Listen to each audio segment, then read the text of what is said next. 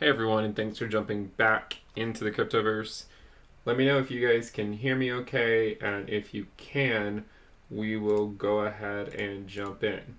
However, I am on a new laptop, and everything's newly configured, so there's a chance you might not be able to hear me. However, I am on a new laptop, and everything's newly configured, so there's a chance you might not be able to hear me. However, I am on a new laptop, and everything's newly configured, so there's a chance you might not be able to hear me. However, I am on a new laptop, and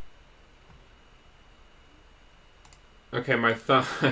I need to change my thumbnail, I think. Okay, maybe it looks better now. So yeah, this is this is not revenge the altcoins, that's for sure. Let me just make sure everything looks okay.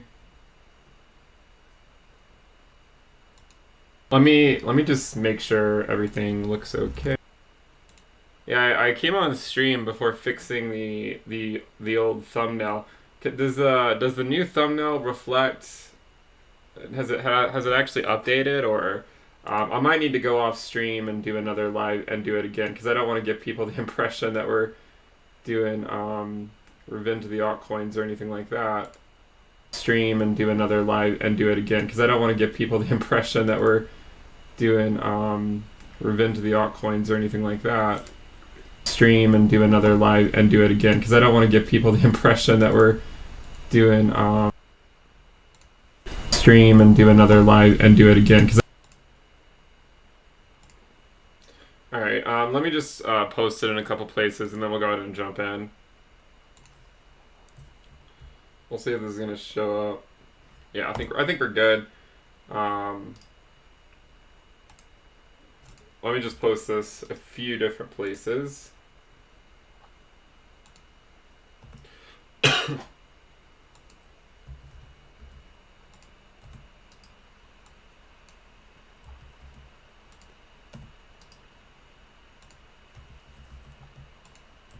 All right.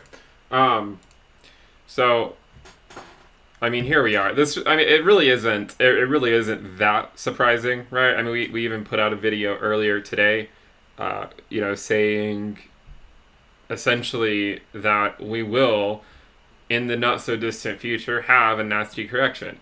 And this is really not that nasty of a correction if this is where it stops. The wick went down to about 17,000. We're currently at 17.9.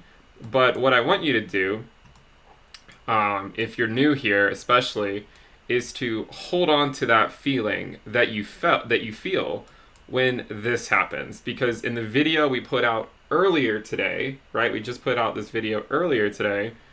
It's all fun and games, and every other crypto, not everyone, there's some other good ones, but most other crypto Twitter influencers are just going to be yelling at you saying $300,000 Bitcoin next month or in 6 months, and then all of a sudden they're going to have look out for it. But look out for it. I'm sure they're going to say emergency video. Bitcoin drops by $1,000 or $2,000 in an hour or something. But again, if everything is an emergency, then nothing is, right? That's how it works. If everything can be labeled an emergency, then literally there's no such thing as an emergency.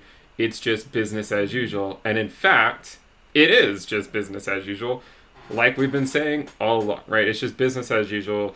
A 17.8K Bitcoin is still very much on track. Again, if you just look at the macro view, right? If anything, we're ahead of schedule, right? If anything, we're ahead of schedule, as we've been talking about for a few weeks now. With that said, I mean, this is not necessarily the time to say, oh, well, it now has to go to the 20-week. The 20-week is all the way down here. So if you're following along on TradingView, and say you have the 1 hour chart pulled up, and you want to put the 20-week moving average on it, then you just need to go to a moving average. Hopefully I'm not sick.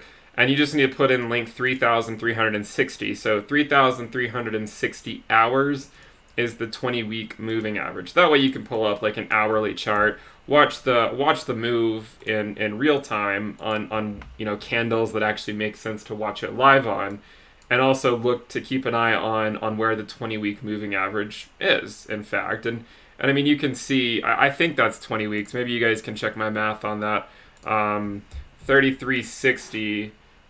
I think it's just the way the averaging is done can be slightly different, right? If you're doing weeks instead of hours, but so 20 weeks times 7 days a week times 24, 3,360. Yeah, so it's 3,360. So if you're wanting approximately the 20-week moving average, you can see it's around 12,000. Some exchanges, if you put it on the weekly time frame, will have 12.5. What's a few $100s among friends? It's between 12,000 to 12,500. So we would have a long way to go to get there, and there's no guarantee that we're going to even get close to that point in the short term, right? I mean, it could still take a while, but as we said in the video earlier today, which, by the way, I think was my most popular video I've ever published. I mean, it's going to be anyways, because it got like 31,000 views in like 7 hours, which is the most I've ever gotten on any video is 40,000 views. So to get 30,000 in like 7 hours is pretty remarkable. But hopefully it helped at least one person up here if they were overexposed at 18.9. And especially if they were doing something like, opening up long positions or something like that. It's just to recognize, hey, guess what? Like, it's not just a monotonically increasing function, right? Price does not just go up monotonically forever, and you can't expect that it will. So these types of wicks, like the one we're looking at, it's scary, but it might be hard for you to believe if you're new to these parts. It might be hard for you to believe, but while this is scary, this is actually pretty tame compared to what a lot of us have experienced through the years. And so, again, what I want you to do is hold on to this feeling that you feel now, because when the bull market is crazy and people are just throwing all their life savings at the market, and everyone's saying like it's going to go up forever, just remember how quickly the sentiment in the market can change, right? Remember how quickly the sentiment in the market can change, and hold on to that feeling, because when you do find yourself in a position like this again, don't necessarily buy the FOMO, right? Don't buy it. It's possible, right? It's possible that it could have kept going up. It's possible that we turn around and go back up. But the point is at the end of the day, the market sentiment can change in a dime, and what happened in 2017 was it got to this point, basically. I mean, I know we didn't quite get to the prior all-time high, but we got to 19.5, and the prior all-time high is only like a couple $100s higher than that. So we for all intents and purposes, we basically got to the prior all-time high. And what happened last time, 3 years ago, was we hit it up here, and then we dropped like a rock, and we went to like 10K, if memory serves me correctly. We went to like 10K, and then we had like a dead cat bounce to 17K. Let's zoom in to make sure I'm not telling you guys any lies, but from what I remember, that's what happened. So Bitcoin went up to 19,840 or 19,780, somewhere in there. The next week, it dropped all the way down to $10,000. Okay, and then a couple weeks later, it had a dead cat bounce back to $17,000. But the problem was, in this situation, it came down and it never actually went back up, right? It just kept going down. And this is something you don't want to find yourself a part of, because if you're the person, if you're that schmuck that come in and you bought Bitcoin at the peak, because you bought into the hype, you bought into the FOMO, you bought into the people telling you that Bitcoin was going to go to $100,000 in a few short weeks, right? Then you get trapped because you come in at the top of the market and then you watch it go down, right? And you have to wait 3 years to see it get back. Now we'll see if Bitcoin, like what Bitcoin will do in the short term, because as I said, yesterday we were at 19.5. We dropped to 18K, then we dropped down to 17K. Now we're back above 18K. So again, No guarantee that this will be a 20 to 30% correction. No guarantee, but the feeling that a lot of people might feel, especially if you're new, hold on to that feeling, because this is what can happen, right? This is what can happen.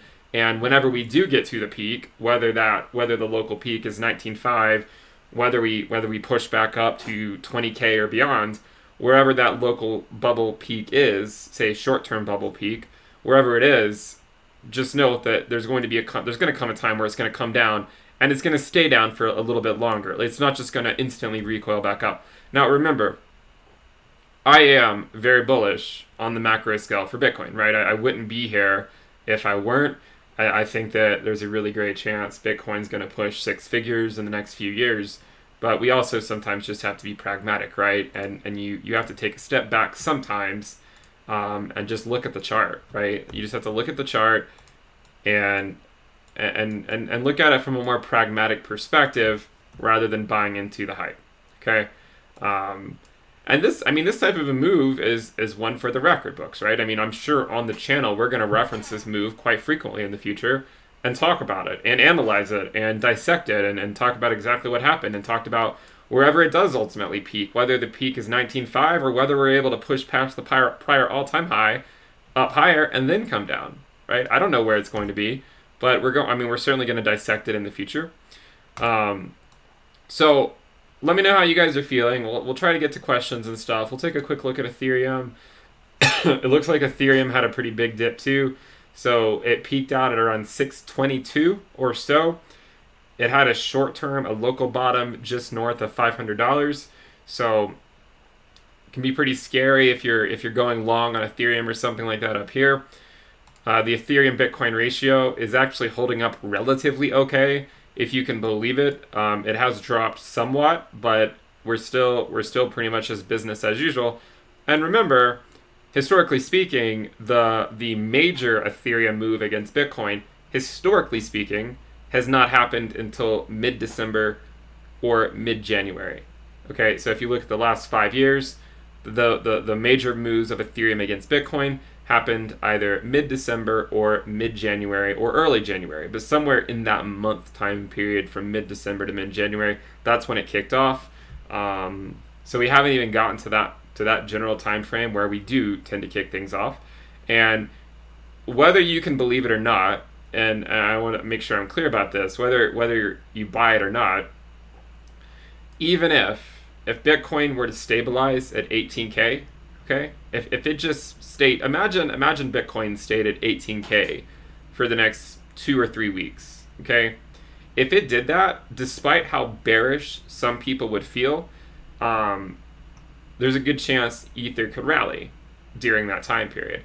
And it might not seem intuitive, because if Bitcoin is down, from its local top and Ethereum is down as well, why would Ethereum rally? Well, you have to remember that Bitcoin had a pretty significant rally in the short term, and Ethereum's rally, at least locally, not as measured from the local bottom back in March, but locally anyways, Ethereum's rally was not as great as Bitcoin's. And I think that in the short term, as long as Bitcoin volatility stays high, Ethereum is going to take a back seat. Whenever Bitcoin cools off, whenever it does, it can take its time. We have nothing but time, right? We have nothing but time here. Whenever Bitcoin does cool off, and there will come a day when Bitcoin will cool off in a bullish state, like it would be now if it cooled off here, that the Ethereum valuation should rally against USD and against Bitcoin. But remember, as I said before, it's all fun and games until you wake up one morning and you're down 20 or 30%, as we said in the video earlier today. So one thing I'd like to say too is, the title of the show is the return of the friendly neighborhood bears. That's exactly what this is. It's friendly neighborhood bears.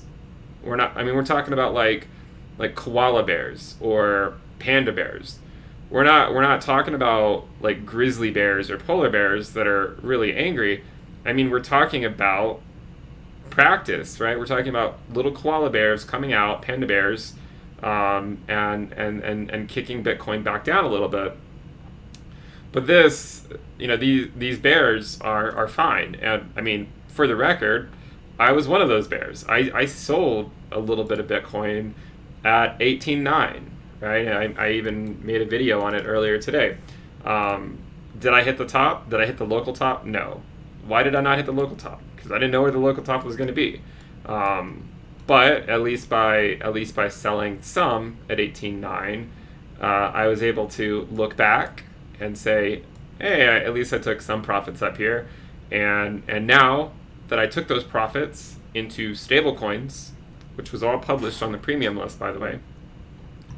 Now that I took it into stable coins, I can reinvest it how I see fit. Now, would I buy Bitcoin at 18K? No, I would not. I would not buy Bitcoin at 18K. If Bitcoin stayed at 18K for 3 months, maybe we can talk. 18K, an 80% move up in 6 weeks, even with this, a 95% move up in 2 months, and then like a 10% correction or something. No, thank you. Right? It's still overextended in my opinion. And I mean, again, it doesn't mean it can't just quickly turn around and continue to rally, but it's not about your return. It's not about the return. It's about the risk-adjusted return. And the return right now on a short-term speculation of Bitcoin at 18K, in my opinion, is just not worth it. Like, I don't care if it goes to 20K in the short term.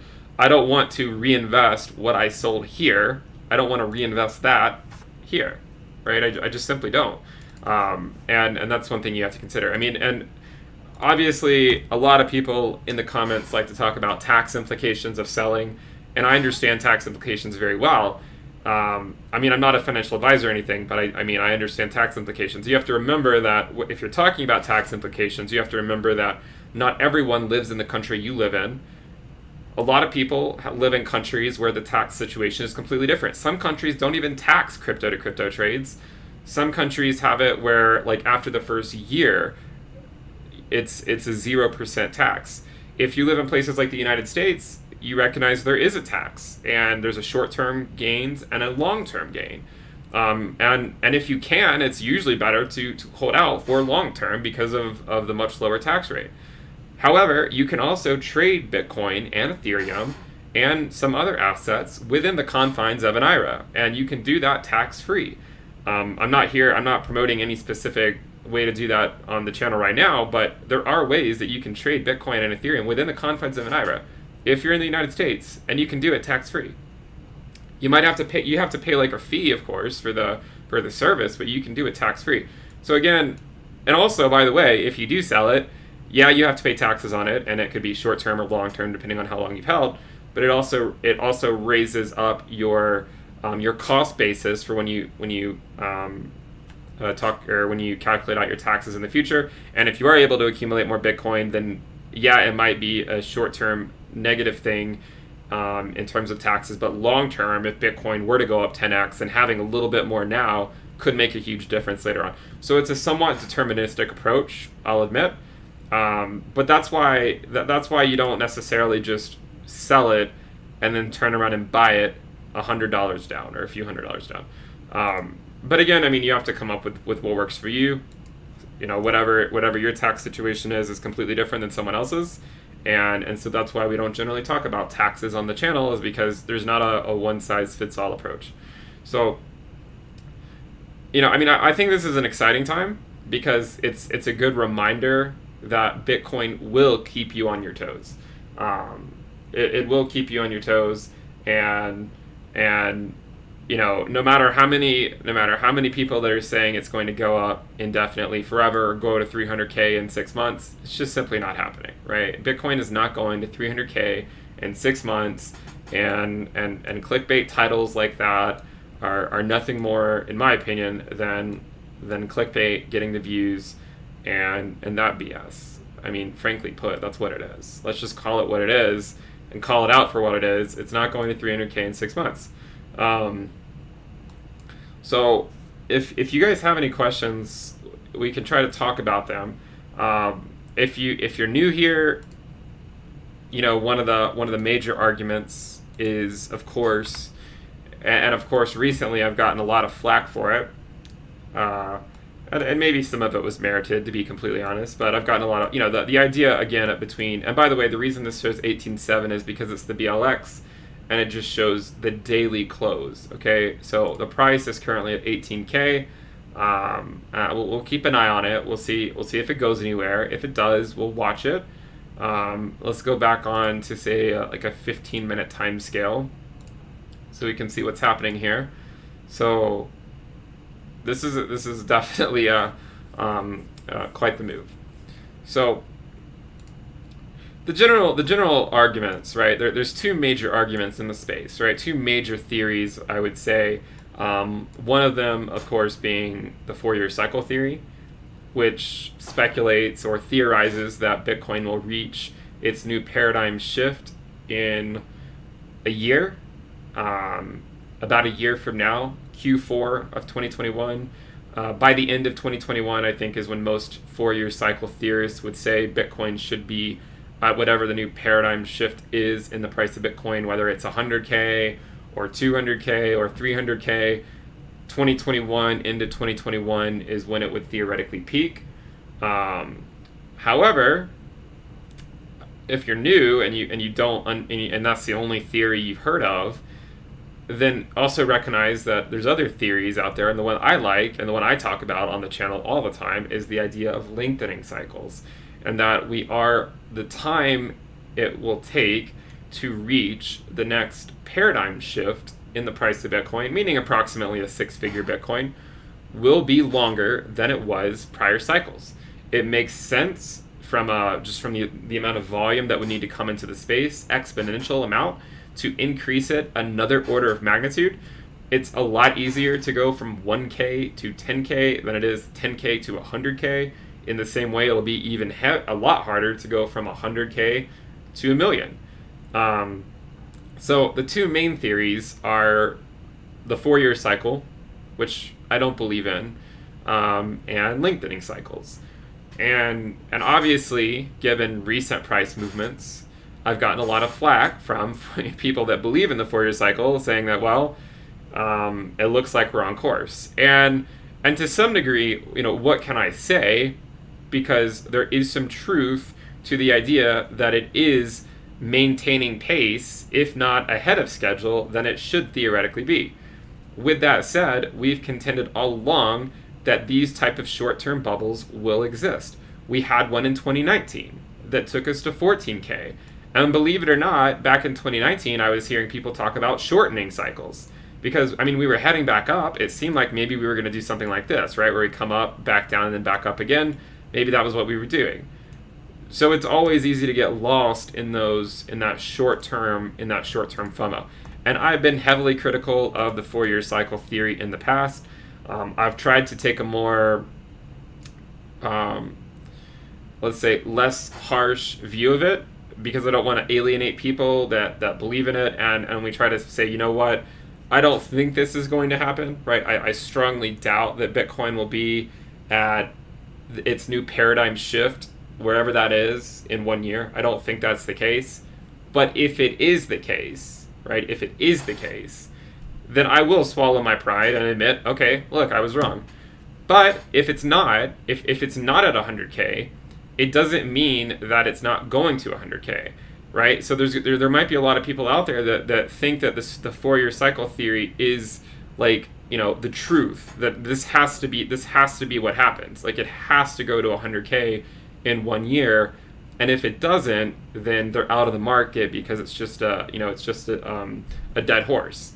But I'm here to say, right, just because it doesn't go to 100K next year does not mean that Bitcoin is dead. It just means that the cycle could be lengthening. So we're going to be flexible. I think lengthening cycles is the way to go, but I will maintain flexibility every step of the way. As I said, in order for us to get there, we would want to see a sustainable 20K in the next couple of months or so. If we can get to a sustainable 20K in the next couple of months, then we'll talk about it, right? We'll talk about the prospect of it going to 100K sooner. But I think what a lot of people do is they front run it, and they're already preparing for their Forbes interview before Bitcoin's even broken the prior all-time high. I stole that quote from someone on Telegram earlier. I did not come up with that myself. But that's basically what it comes down to, right? You look at a move where Bitcoin is essentially just going up parabolically, exactly like it did last cycle, and going up 10K, going up 100% in 2 months, and thinking that has to be sustainable. When this move here, this recent move that we see, if we look at it on a linear scale, you can see it looks very, very much like this type of a bubble. However, I don't think we're going to have a 2 or 3 year bear market following, wherever this short-term bubble pops. Mainly because we built out, we built out support at much higher levels.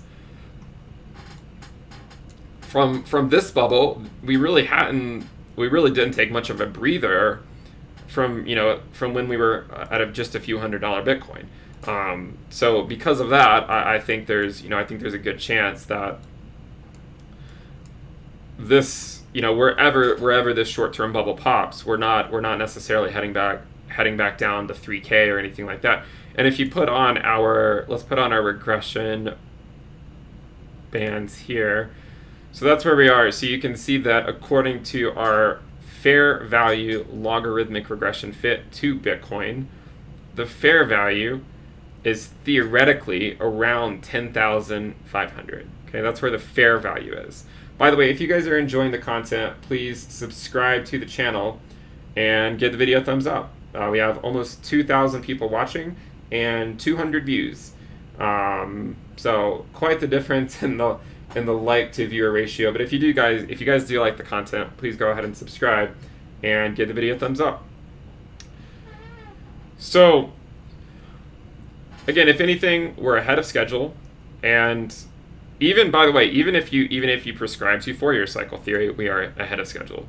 So and that's what we said on a couple of videos recently, right? Is to expect some type of a pullback. And by the way, this really isn't even the pullback I'm talking about. I mean, Bitcoin going from 19.5 to 18K. I mean, I guess it did wick all the way down to much lower. It wicked down to, if we remove the regression band, all of this out, so it wicked down to around 17,100. Really, this is not the move we're talking about. This again is just business as usual. This is nothing to write home about. I don't even know if I would consider this worthy to get out of bed for. What we're more so talking about when we talk about a nasty correction would be something that ultimately takes us down to the 20-week moving average, wherever the hell that ends up being, right? Wherever that ends up being, that's what we're talking about. The 20-week moving average now is around 12,000, 12,500, in that ballpark.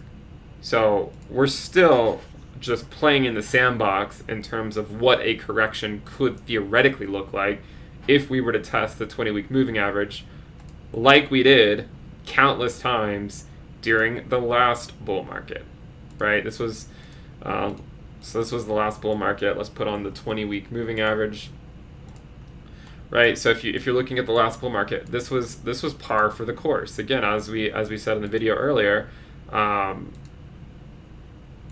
if you just take these measured moves, going down to the 20-week is just business as usual. And we're going to do a video whenever we get there, just like we did when we were over here testing the 20-week. You guys remember this, right? This was a key test. And we said if we hold this level, the sentiment can change on a dime. And it did. And now that we're coming down to some degree, right, the sentiment's changing on a dime again, and now the friendly neighborhood bears have reclaimed a little bit of territory, and now people are getting freaked out. This is nothing to be freaked out about, right? I mean, this would be, if you've been in crypto for a year, I imagine anyone who's been in crypto for a year really does not give you a what about this. What would be more impressive, right, more amazing, would be to, in terms of a drop, would be to see it come down a lot further, right? And actually scare people, actually put people in their place in a sense, in terms of, you guys don't, basically Bitcoin saying to all of us, we don't know where these local tops are going to be, but we sure as hell need to be ready for these types of moves, and that entails taking profits if that's your thing, right? If taking profits isn't your thing, then I'm not talking to you. But if taking profits is your thing, or you want it to be your thing, then that could be something to consider. So we're going to keep an eye on this. I'm sure there's people all across the world waking up, expecting to see Bitcoin back at 19K, and then they see it starting with a 1.7, and they probably just have to put down their phone for a second, because maybe they're overexposed in the market and they're just not ready for it. If you're new here, I think you're lucky in the sense that even if you did buy Bitcoin up here, I think Bitcoin will bail you out in the not so distant future, right? I think it will bail you out.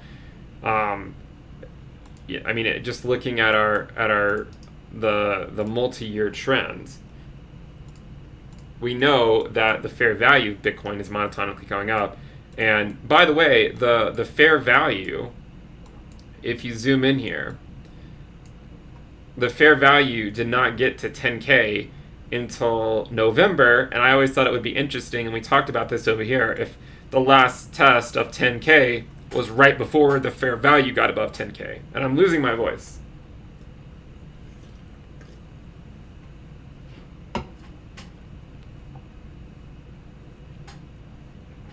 All right, I need to take a quick look at the chat and get rid of some trolls.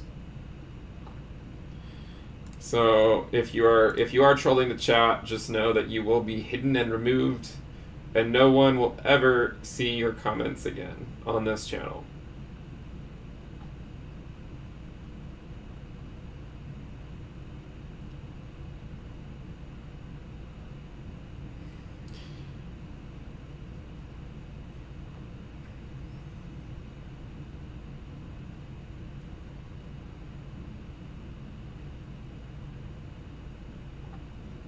Guys, I get the institutional money narrative. I get it, and I understand that there is buying pressure coming from it. Did it stop Bitcoin from dumping from 19.5 down to 17.1, $2,400 in a relatively short period of time? No, it did. It didn't stop that. Where's your institutional money now? We're going to have corrections. Even if institutional money is coming into the market, we're still going to have corrections, right? This is not the new normal. This is just the same thing. It's the same damn thing we've always had. It's just every cycle, there's just a different narrative spin behind it. And this one is the institutional money. This one is, S-curve adoption, blah, blah, blah. But at the end of the day, and I think people kind of put this like majestic or magical thing in their minds on institutional investors. And there's still people, and institutional investors can still lose money. It's not like every institutional investor that's ever lived has always made money, for their clients or whoever it may be. They're not always making money. That's why some of them don't do so well. That's why a lot of them aren't worth the fees you pay. If you actually look at passive investing versus active investing, passive investing tends to be a much better performer than active investing. It's not that active managers can't necessarily outperform the market. It's just that on the off chance they do, their fees are typically not worth it. So again, you have to consider that just because institutional money is coming in does not always mean that institutional money is smart money. There's times where institutional money can be dumb money. They're still people. They're running. It's just behind a different wall.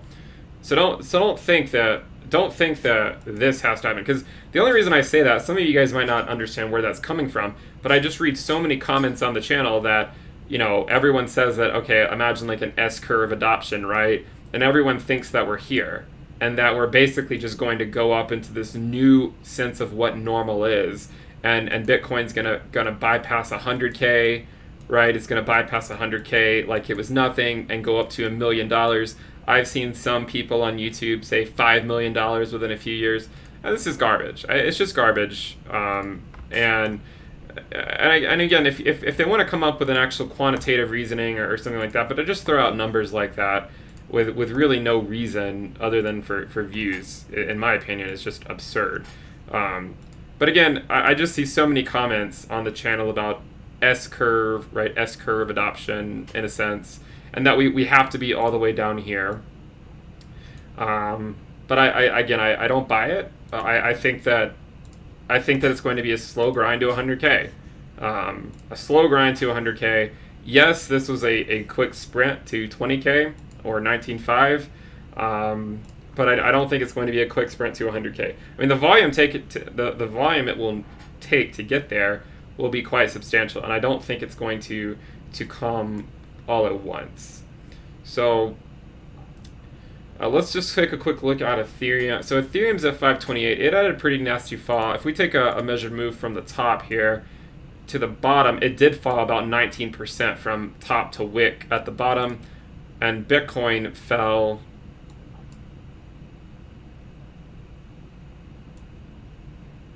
about 12% or so. And this is expected. When Bitcoin falls, other coins tend to fall harder. So that's basically, it basically kind of sums up my thoughts. I understand if you guys have questions, I'll try to get to them.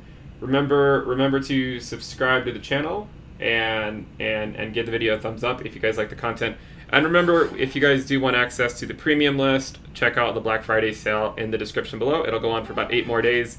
You get access to weekly reports, weekly videos, the Telegram alerts channel, the Telegram chat room, the risk dashboard, which is what I used to trade, and some of these trading view indicators. And by the way, like the Bitcoin did hit a key risk level at 18.9, which is where I took profits into stablecoins, which was published.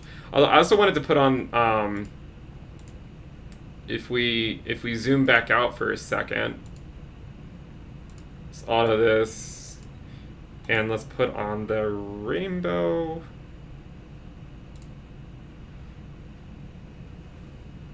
So I think this is a good macro perspective to look at where Bitcoin is. It's the regression, logarithmic regression rainbow, right? So on this chart, it extends to 2015 because this one only goes back to that point. But if you go over to the BLX and you go back a few, you can go all the way back to the beginning, and we're going to go ahead and hide the 20-week, and we're going to hide this one, and then we're going to put on that one. So you can see that at least last market cycle, we spent a fair amount of time right within this band, and we came to the top, we came to the bottom, came to the top, and then halfway down, back to the top, back to the bottom, back to the top, back to the bottom, top, bottom, top, bottom. And then we were off to the races, to this top, back down, and then we went into our bubble. Okay, so that was the last market cycle. And then this one looks somewhat similar, but there are some key differences, right? There are some key differences. This would be the same band, right? And remember, these bands do increase monotonically. So from the bottom of here, when we left it, to where the bottom was when we entered it back, it was about a 200% increase. From here, the top, to the top where we entered it, 200% increase. So, but if you look at it, I mean, there are some similarities, but there are some key differences, right? We had a short-term bubble in 2019. We've spent a lot of time talking about this. And when we were back over here, we said it's just a short-term bubble. And because my thesis personally is that the cycles are lengthening, I would anticipate having these short-term bubbles because it's just people kind of jumping the gun. It kind of like, but each bubble would probably go slightly higher, and then each correction will probably not be quite as bad. So we came up to this one. Let me delete this. So right, we came up to this band, and then we came all the way back down to this one. So those were some key differences, right, between this cycle and the last one. We had this major short-term bubble, and then we sort of compensated for it later on by coming all the way back down. But we're still back here, so we came to the bottom here, to the bottom. We left the top there, came back in it, sort of back down to the bottom, back to the top, bottom with a wick down to the next one. We kind of rode the bottom of it for a while, and then back to the top. Okay, so there are a lot of similarities between the last cycle and this one. So this is business as usual, right? It just simply is. If we zoom in to see, and by the way, this is not current, right? It shows 18.7. We know we're at 17.8. So we're currently right here. We're right below it. The bottom of it, by the way, is all the way back at 10,000. I'm not saying we have to go back to 10,000, and even if we were, even on the off chance if we did come back down, right, by the time we get back down to it, this could be a lot higher. Maybe it's closer to 11,000 if we were to come back down, but again, there's no guarantee that we do. So I would say this, again, it's simply business as usual. I would not get too worked up over these moves. Remember, this is going to be a very bumpy market cycle. I think it's going to be a long one, and hopefully we're going to be here every step of the way, and we're gonna watch it through the FOMO moves to the upside, the scary moves to the downside, where we test the 20-week and hopefully hold it. If we don't hold it, we just essentially kick the can down the road.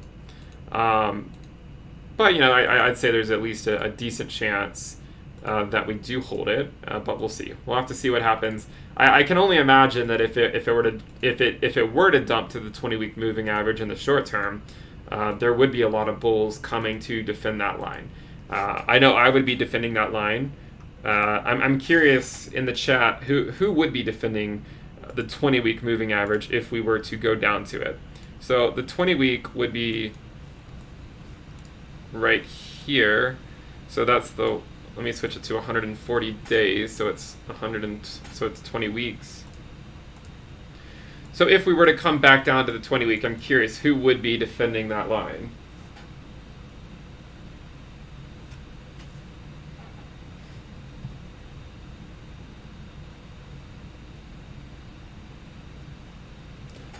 Yeah, I think that's the general thing, right? When Bitcoin gets overheated, this is the whole idea, right, behind the channel. Don't chase bubbles. Don't chase them. Accumulate when it's the time to accumulate them. Accumulate when smart money should be entering the market in the green bands. In the green bands, right? This is where smart money is accumulating. When we're out of it, the smart money's gone. And we said this in the video earlier today that we put on the channel, right? The smart money is not coming into the market at 19.5, right? How can anyone say that is smart money? It is speculative money. It is very. I don't want to say dumb money because it's not like they're the guys coming in at the peaks. I mean, maybe they're the same guys that would be coming in at the peaks. It's not like it's these guys. Again, I think even if you're buying Bitcoin at 19K, you're going to get bailed out in the not so distant future. But I don't think it's necessarily the smartest money coming in after a 95% pump in 2 months, right? It doesn't make a whole lot of sense to me. So you don't chase bubbles, right? You don't chase these. But as we said on the channel many times, you must always be ready for it. And again, if you want to sit in the chat and say this is not a bubble, what I'm referring to is a short-term bubble. I'm not talking about the macro bubble that would theoretically take us to 100K over the next few years. I'm not talking about that. I'm talking about short-term bubbles. I'm talking about these types of bubbles that we had last market cycle, right? Where we dumped 40% to the 20-week moving average. I'm calling them short-term bubbles. We're not calling them the macro bubbles, right? So I just want to clarify. There's a difference between a short-term bubble where price appreciates 100, 200%. There's a difference between a short-term bubble and the peak of the final bubble. So I'm talking about two completely separate things, okay?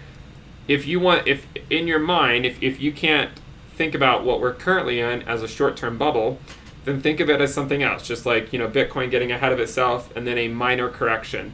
However you want to spin it in your head, that's what I'm talking about. I'm just talking about a move back down, a normal correction in the market. This is all we're talking about here. I definitely believe that Bitcoin will head higher than 19.5K over the next several years. I'm contending that in the short term, you have to recognize that there will be pullbacks, and that the pullbacks can be rather nasty. I mean, a 20 to 30% pullback can turn a lot of stomachs. Maybe it doesn't turn your stomach because you're used to it, but it can turn a lot of stomachs.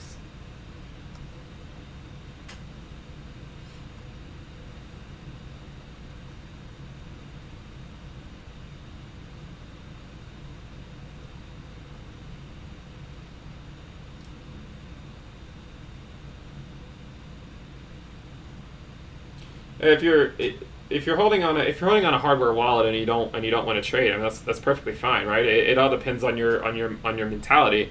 Are you here to hold for a few years and then sell? If that's your thing, then that's fine, right? There's no reason to necessarily stress about what's going on the day to day. If you want a more hands-off approach to the market, right? There's nothing necessarily wrong with that.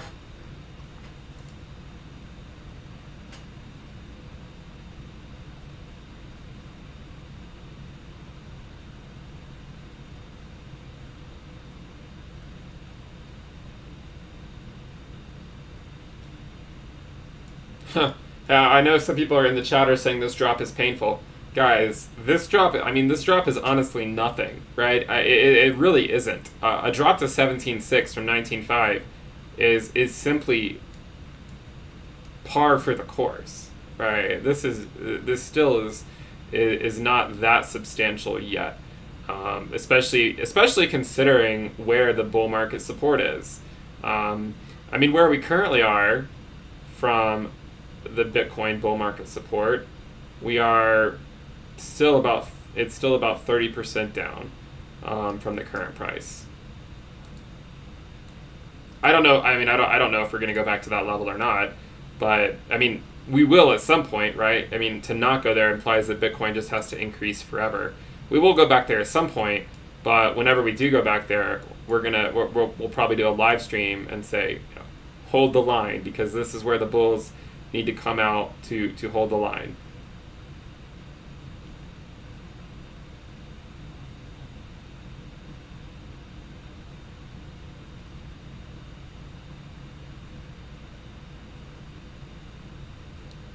All right, we're at 17.6. Let's see if we're going to keep going. Let's I guess we could zoom in here. Let's look at a 15-minute candle. Let's remove these regression bands, auto this out.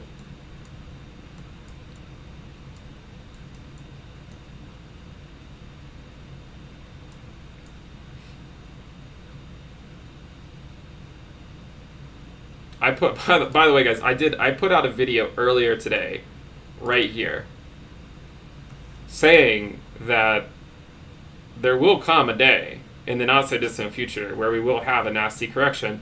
I still contend that this does not qualify as a nasty correction, right? This is not a nasty correction, not yet, anyways, because we could still theoretically turn back around. This is not what I would consider to be a nasty correction yet. From the peak, we're down about 10%, about 9.5% or so. Nothing too crazy, right? If we go down 10% more from here, yeah, maybe that's starting to get a little bit nasty. But even then, it's more or less expected. In fact, if we were to go down 20% from the peak, that'd be looking at around a $15,000 Bitcoin. Okay, so that'd be a $15,000 Bitcoin, and then a 30% move would be around a $13,000 Bitcoin. So a 30% move would essentially put us at at the 20-week moving average, more or less. By the time we get there, that's where the 20-week moving average would be if we were to drop 30% from the peak, anyways.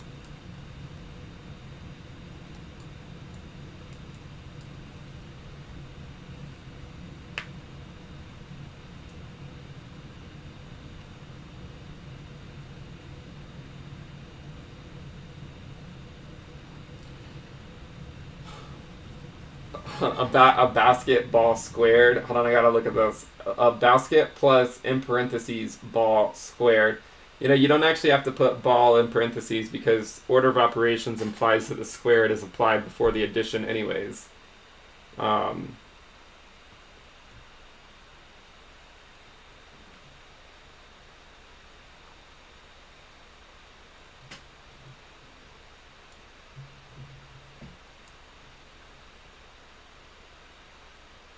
Sorry, I'm just reading the chat. I really do wonder how many new people are in the space that came in and FOMO'd up here after we said time and time again, this is not smart money buying, right? This is not smart money buying. By the way, in the same way that smart money is not buying up here, so what I would contend here is that dumb money is buying up here, and if we were to drop down, right? So imagine Bitcoin were to drop back down significantly, right?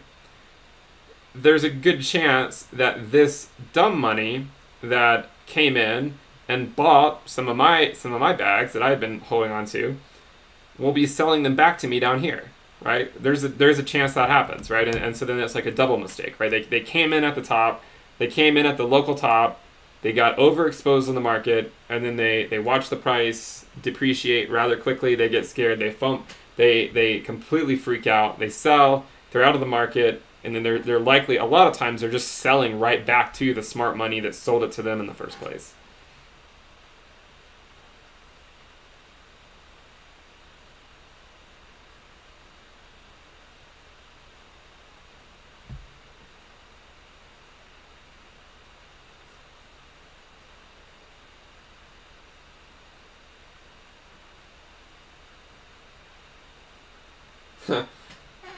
Do I suggest a Honda Odyssey or Toyota Sienna?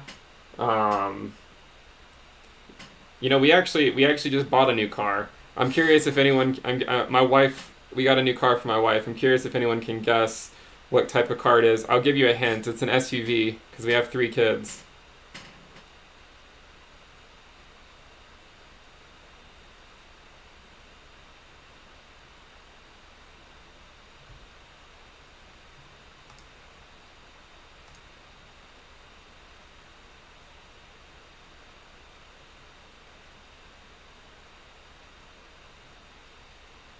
No, it's not a Tesla. Though I think a Tesla would be cool, but they're not really practical if you have 3 kids. Try fitting 3 car seats in a Tesla.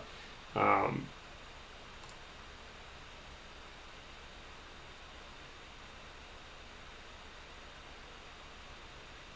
no, it's not a Tesla, guys. It's a so Jeff. I don't know if anyone else said it before him, but Jeff Deming got it. It's a Subaru Ascent.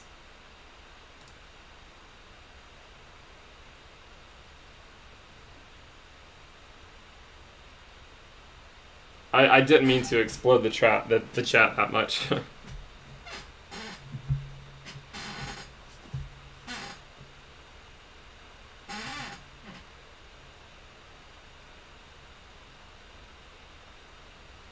It's a Subaru Ascent, guys. You don't need to keep guessing. In fact, if you're still guessing, that implies that you're not listening because I already said it's a Subaru Ascent. And actually, my wife wants to paint it yellow, which I don't know how I feel. How do you guys feel about a yellow Subaru Ascent? I don't know how I feel about that.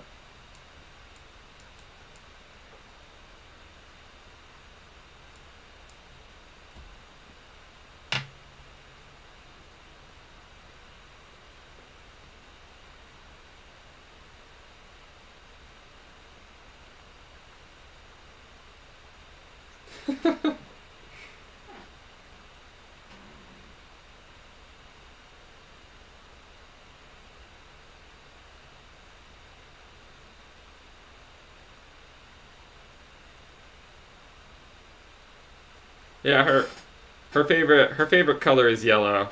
Um, so we'll see. Her current car is like a is a is a 2001. So it's like 20 years old. So it was time we got her a new car. As they say, happy wife, happy life. Let's see where Bitcoin heads. We're still at 17.7 right now.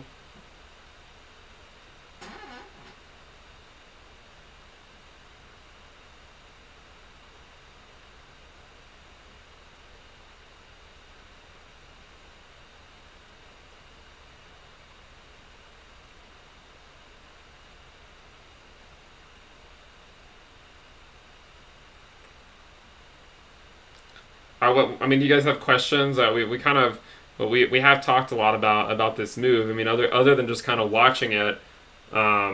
Remember, if you're new here, make sure you subscribe to the channel, give the video a thumbs up. We try to be the smart money coming into the market and not buying into the hype. So when we're down here, smart money coming into the market, don't chase the bubble for anything, but be ready for it when it happens, right? And you sell out of the bubble, you move into you move in when it's time for the smart money to move in. You don't buy when it's up 100% in 6 weeks or something.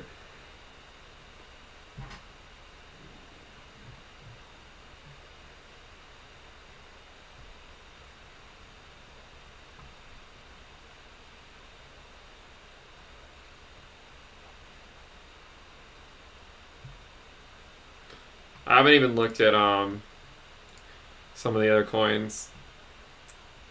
So Bitcoin's at 17.6, Ethereum's at 524, XRP, oh boy, 16% down. Bitcoin Cash is 17% down. Litecoin 12%, 18% for Link. Polkadot's 11. Yeah, I mean, it's pretty nasty across the board, right? We're seeing 10%, 11%, 18, 12, 17, 16. I mean, for altcoins, it's certainly not a good day. But again, that's why you don't chase alts either, right? That's why, in the same manner as you don't chase Bitcoin, you don't chase altcoins either.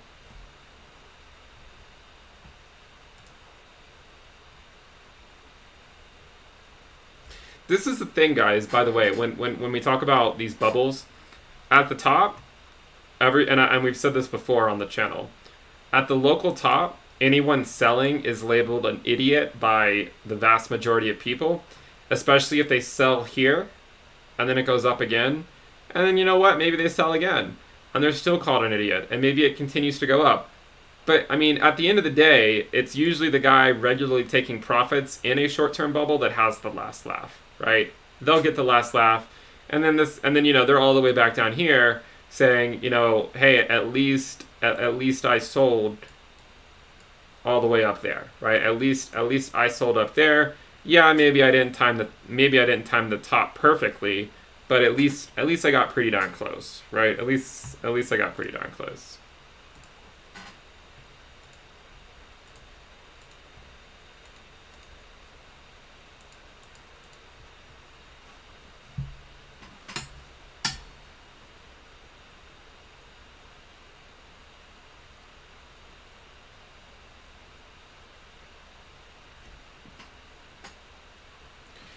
By the way, I'll tell you guys. I'll tell you this now. I'll say this now.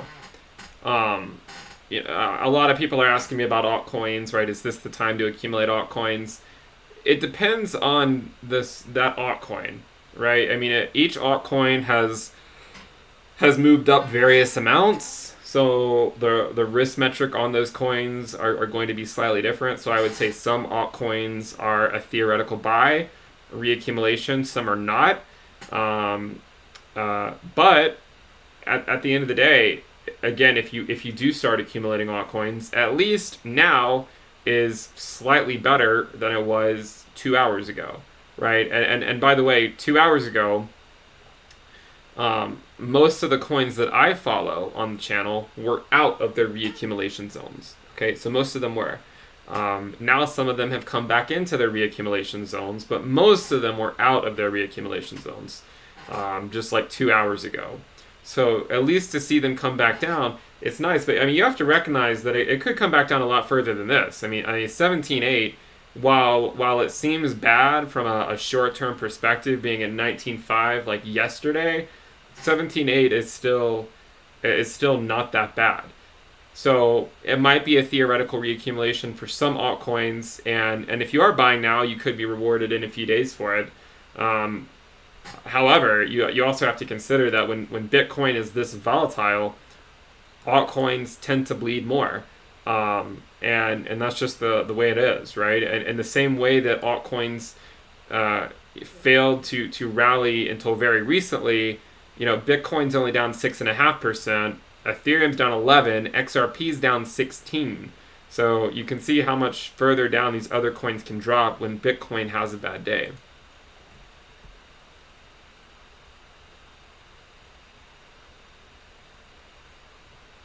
Make sure you guys subscribe to the channel and give the video a thumbs up if you guys enjoy the content.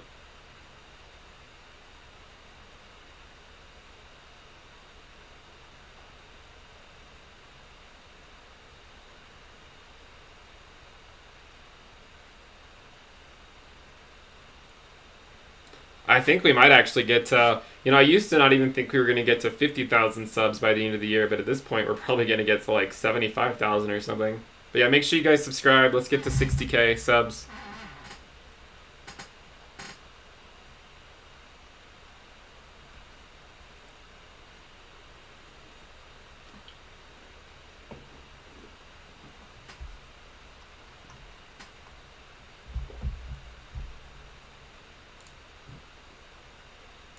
I would say another nice thing about taking profits in the bubble. Remember, it's dynamic DCA. It's not an all-in or all-out approach. It's a systematic scaling strategy based on the risk level and the risk and like the multiple of that risk level, whatever it is, whether you're doing it linearly, exponentially, or just the same amount. The nice thing about selling small amounts is it allows you to take profits, right, on the way up. And then when it does do something like this, you're not just like depressed, right? You're not just completely depressed because you sold some to fiat up here, and then you can come in and reinvest, right? And scoop up more. Because I mean, there's going to come a day in the future where the price of Bitcoin is back over 19,000. It's just a matter of time, most likely.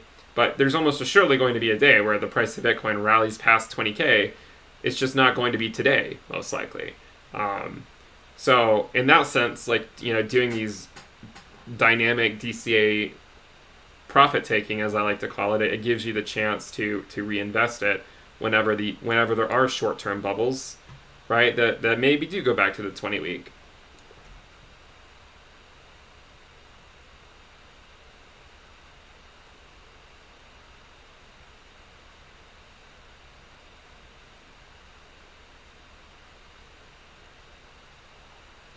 Someone asked how I calculated the regression band. Yeah, it's just a regression equation, and I just fit it to the what I would consider non-bubble data, and it's kind of complicated to get into, but essentially I wrote a little script to identify non-bubble data, so none of these bubbles that you see, and to just fit it to periods where we were more or less in like accumulation, in bear markets, and then leading into bull markets, and then it fit that to a logarithmic regression curve. So that's what you get. And then this one up here is just simply fit to the peaks.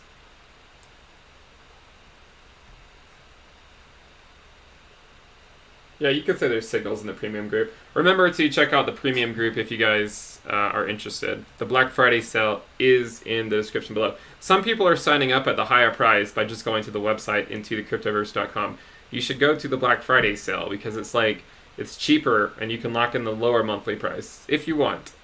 And you get access to the risk dashboard and all that sort of stuff. By the way, I can actually see I have the risk dashboard tab right here. So I'm tempted to click on it, but then you guys will see the link to it, and I don't want 2,300 people flooding it.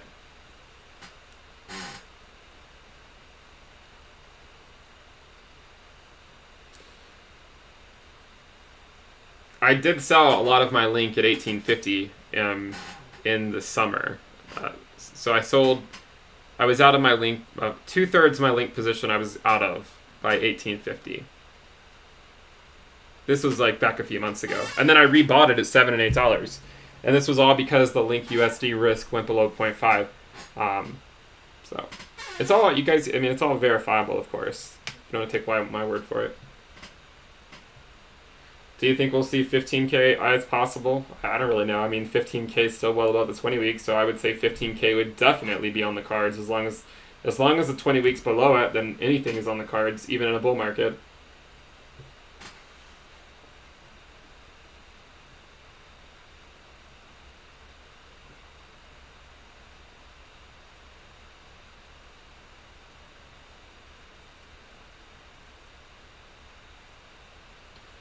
I don't buy the CME gap stuff. I just call them the gap boys. As I said back when Bitcoin was at 10K, it's really not smart to bet the family farm on the idea that it has to drop back down to $9,600. And look what happened. If you waited, if you had listened to everyone telling you that we had to fill that gap, if you had waited, you would have missed out on essentially 100% ROI of Bitcoin in about 2 months. So I would say tune this stuff out. By the way, there are some YouTube channels out there. Essentially, every single video they put out that Bitcoin's about to drop or about to crash. Again, they're just feeding on your fear. And I don't understand. Like, I personally can't fathom how a channel could do well in 2020 by saying Bitcoin's going to crash every single day of the week for the last, 6 months. I mean, because as far as I can tell, it's mainly just been going up.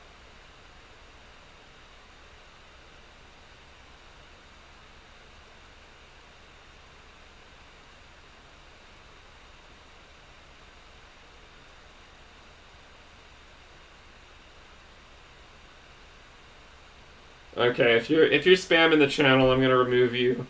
Tivid, I just see someone spamming the channel. So I'm gonna have to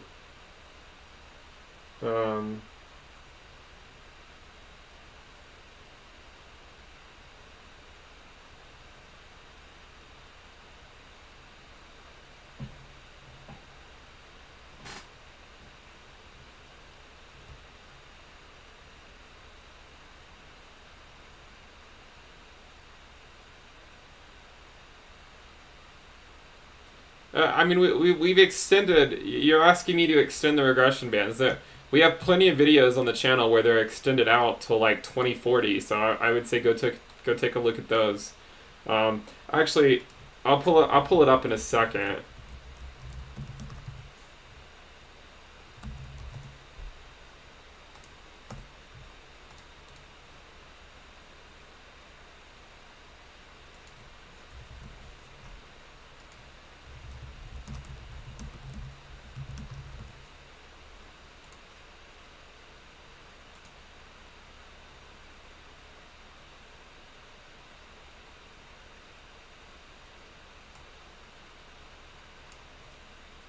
Okay, here it is.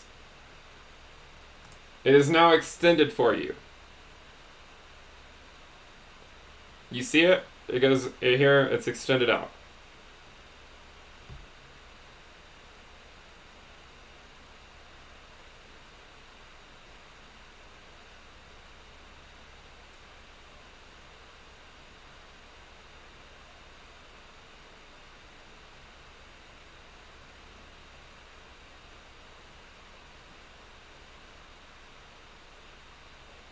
Tivid, you don't have to screenshot it. Just go to intothecryptocharts.com, man. You don't have to screenshot it. Here are the regression bands too, by the way. You can see we're at the top of this purple one, which is where we spent a lot of the time last market cycle. By the way, this is not my website. Well, actually, I guess I do own it, but I did not code these up. I know the first two are live. This third one, I don't believe is live. Yeah, because it's still at less than 400 days, so the guy did not make this one live, but I think this one's live. So this one's live, and then this one's live.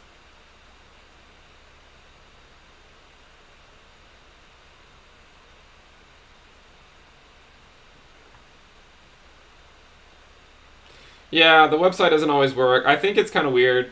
Just don't put www and I think it'll work, as silly as that sounds. Again, I'm not really controlling the website. It doesn't even have a certificate. As you can see, it's not secure. But if you do wanna take a look at the regression bin, by the way, if you're on the premium list, which again you can find a link to in the description below, you will get access to all this stuff. All right, there's also a lot of logarithmic regression videos on the channel where we extend it out for like 2 decades.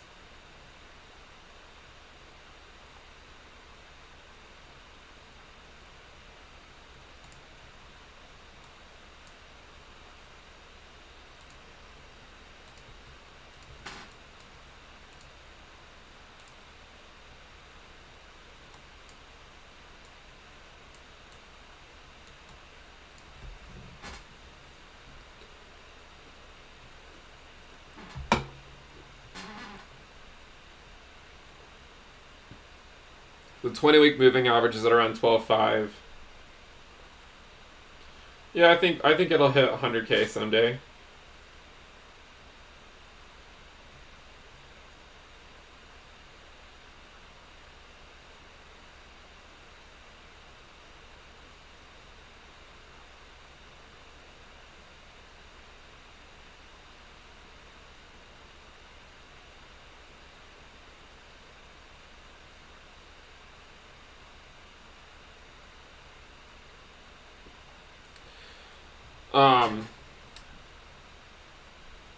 Normally when I live stream, the price dumps down, so I didn't know what was going to happen if I joined again, if I did a live stream. But yeah, it looks like in the short term we've kind of taken a dive off a cliff here.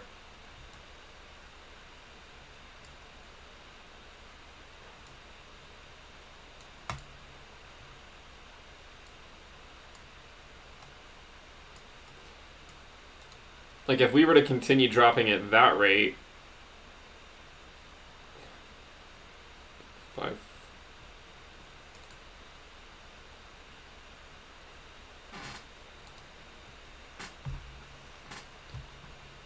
yeah, we'll see. We'll see if it holds. We'll see if this level holds or not, or if we're heading lower.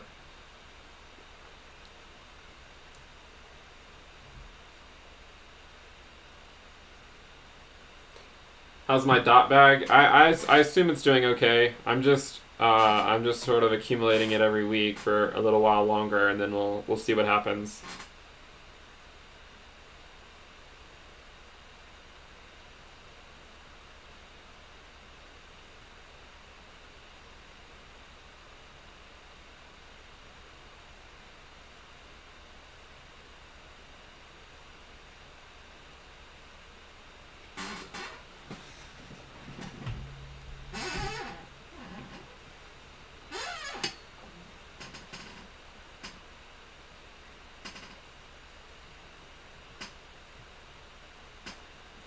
Sorry, I'm trying to read the chat, but it's hard to keep up with everything.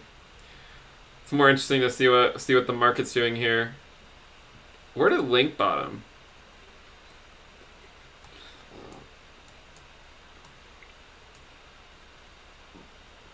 So Link actually went to around 1125. Which is more or less right on this line.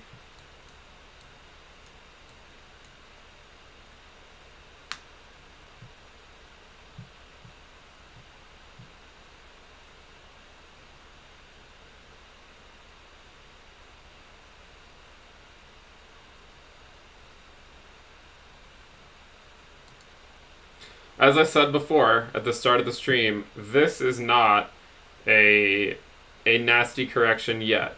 Okay, it's not. It's just Bitcoin can have 10% days to the downside. That's normal. So if we were to hold here at 18K, I mean we were at 18K not that long ago, and people were bullish at 18K. Right? I mean it was literally like a week ago we were at 18K and everyone was excited. Now we're at 18K and a lot of people are somewhat depressed, but this is basically where we were not that long ago. So this is not yet a nasty correction. It could be the start of one. But this is not yet a nasty correction.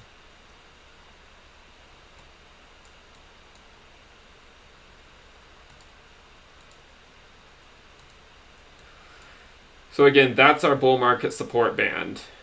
If I actually pull it up, so that's the bull market support band right there. Let's put it on the weekly.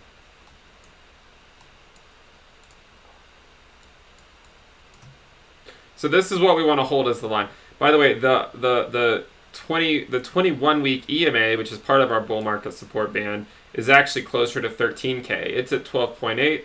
The 20 week moving average is at around 12.5. Make sure you guys subscribe to the channel and give the video a thumbs up if you guys enjoy the content. We're almost at 1,000 likes. I think we can get there. And make sure you subscribe if you guys enjoy the content and want to tune in the future as we journey through the market cycle together.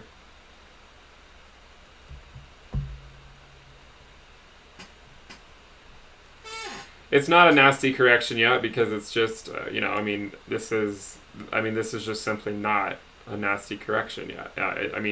Going down to where we were 3 days ago is not considered a nasty correction. This would be a nasty correction, right? That would be a nasty correction. This is nothing.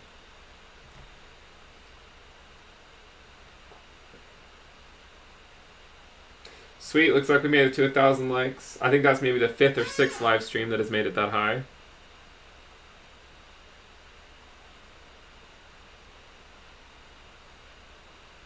How often do I do live streams? Probably once or twice a week or so.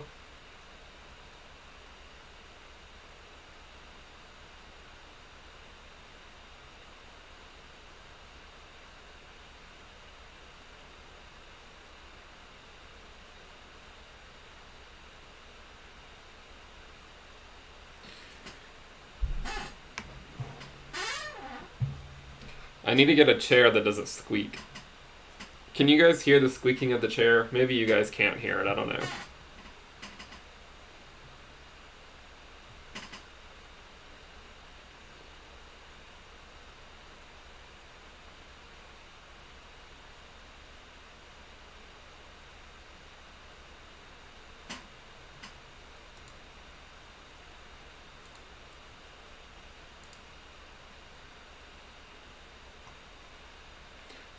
This is our 1 hour chart.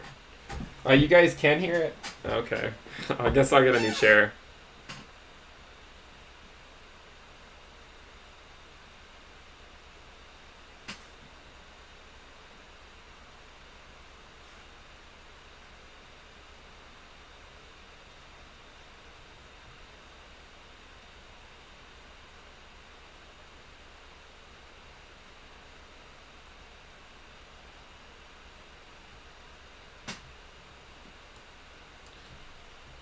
So what's this? So we had, yeah, I mean this. It looks like a cliff, right?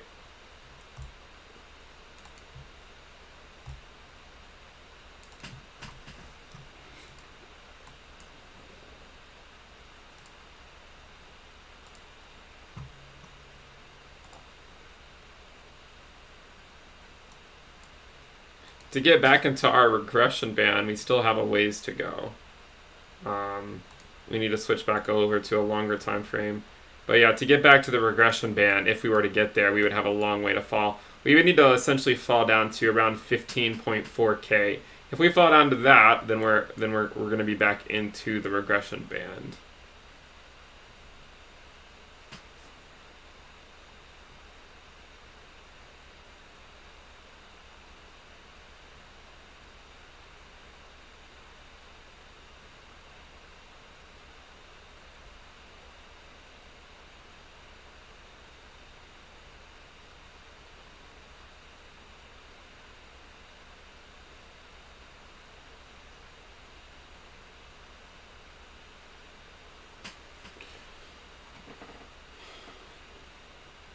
What math skills are required to do? I mean, I don't know.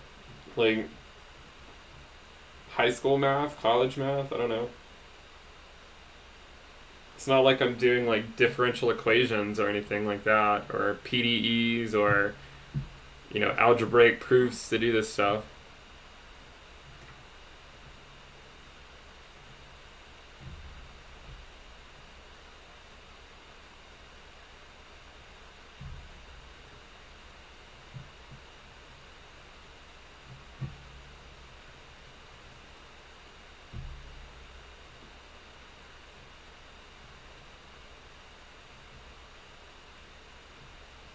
Chris is asking us to pause the stream for 15 minutes for him. I'm not sure if I'm not sure if that would make the most sense.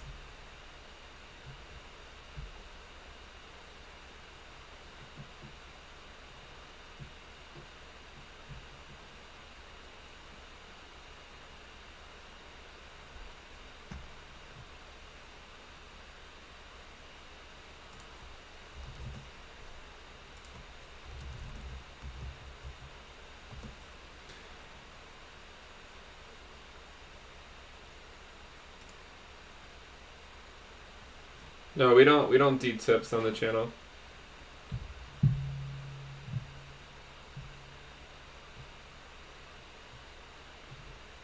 We don't do tips. We don't have paid promotions. We don't do tips. We don't do AdSense.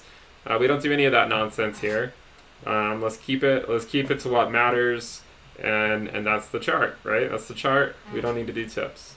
If you want to tip me, go invest it in Bitcoin or something.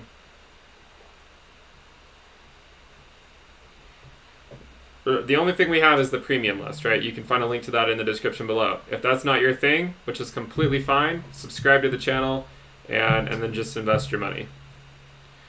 We'll see if Bitcoin volatility stays high. Right now it seems to have settled down to 17.8. If we go to, say, I don't know, like a 5-minute chart or something crazy like that, we'll see what happens.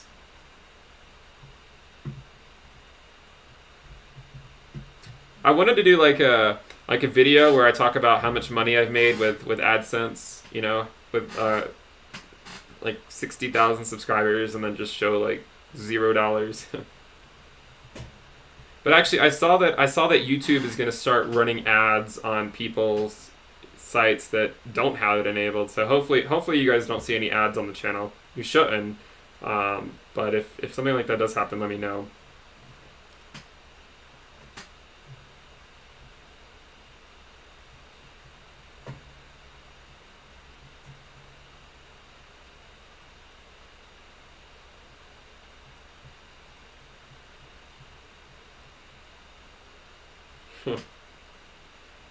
I still think that, you know, like, and I'm seeing this in the chat some too. If you think about like the people that are waking up now and seeing like a 17.8 thousand Bitcoin, and if they went to sleep, you know, when it was like close to 19,000 or something, like that could be a little bit of a surprise to those people. Because not everyone, I mean, obviously there's going to be some people in the world waking up right now and seeing the price.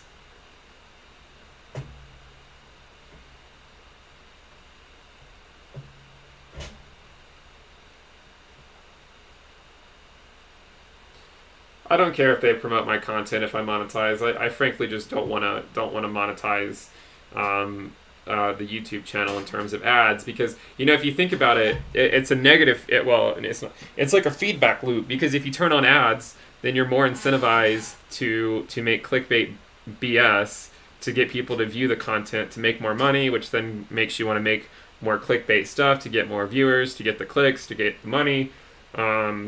So it's a feedback loop. So I think the best way to avoid it is just to not have ads on. And by the way, a lot of the ads that they show are like those scam crypto ads, and I don't want anyone watching the channel to have to view that garbage. So let's see how the Ethereum Bitcoin ratio is holding up. So it's actually doing okay. It's still around 0.03. And again, remember, the turnaround point, historically speaking, does not come until mid-December to mid-January, right? I mean, this one happened in mid-January. Oh, I just moved that by accident.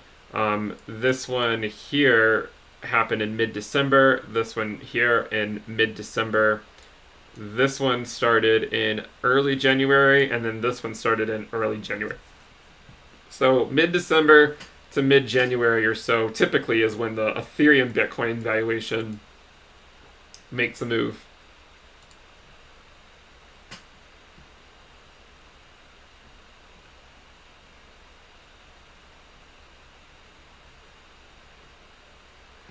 No, we're not enabling the tips. Stop asking. If you want to tip me, just go invest it. So what do you guys think we're headed? Do you think Bitcoin's going to hold at 17.8, or are we going to be testing 16K? or not maybe 16, but going into the 16,000s at some point in the next couple days. What do you guys think? Where do you think we're headed?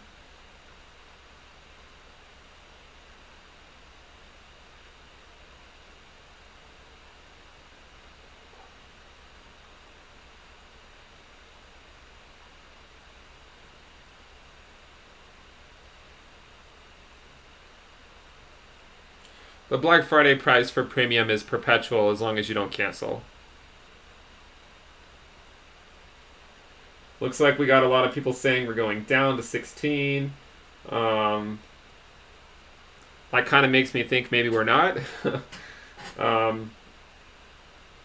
We'll see.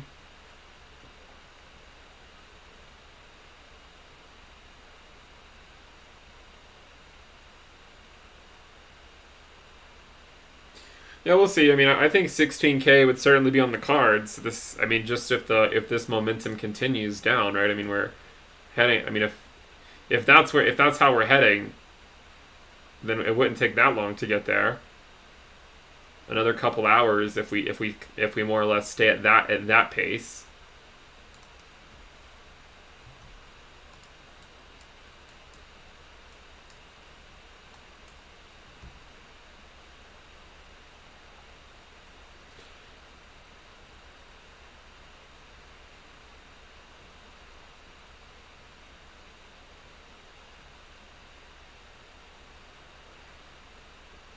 Moy the boy tech, you should get a welcome email in your promotions tab in Gmail. If it's Gmail, if it's not, check like spam or something. That's where they typically go, and it can take maybe 30 minutes or something for it to come in.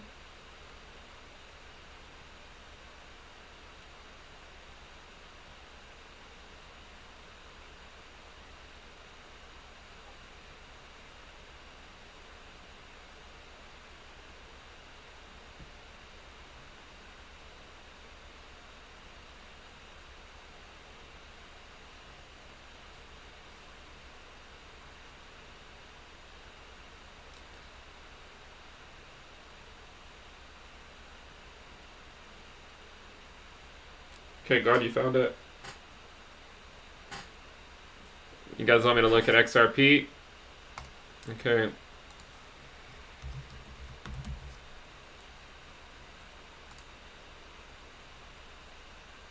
Yeah, it's a 55 cent. So from the peak,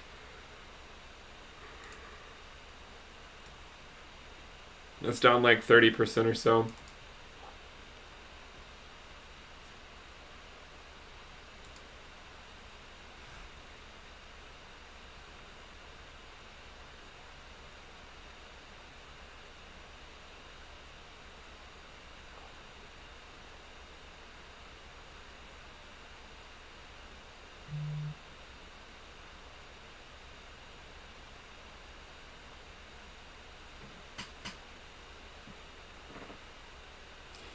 Guys, we've talked about XRP before, and the problem with XRP is that whenever I talk about it, you either piss off people who hate XRP, or I piss off the people that like it because I'm not super bullish on it in the short term, right? So there's really no way for me to talk about XRP without literally pissing everyone off.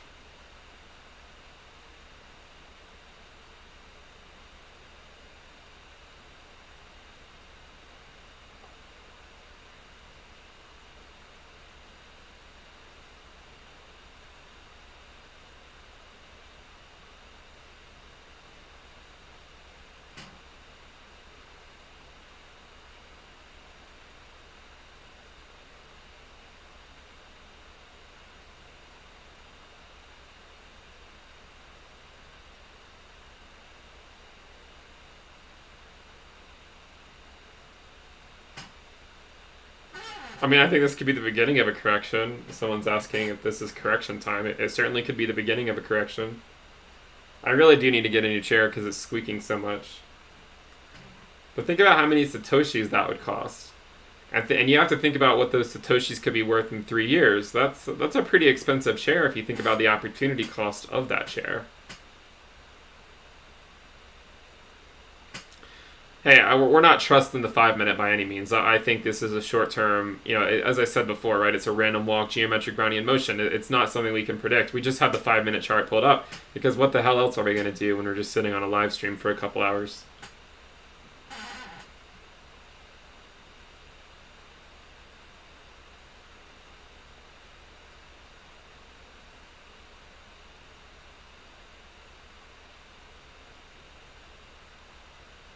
Yeah, I know. I need to get WD-40.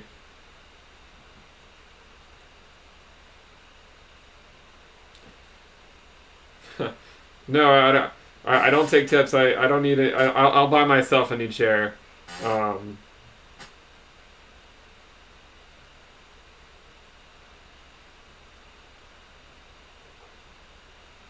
if you want like an old report or something, you can just reach out to me through my contact page or something, and maybe I can send something. But I think like, I think the track record for it is pretty good. I mean, I basically sold the link bubble near the top, not quite, but it was pretty close.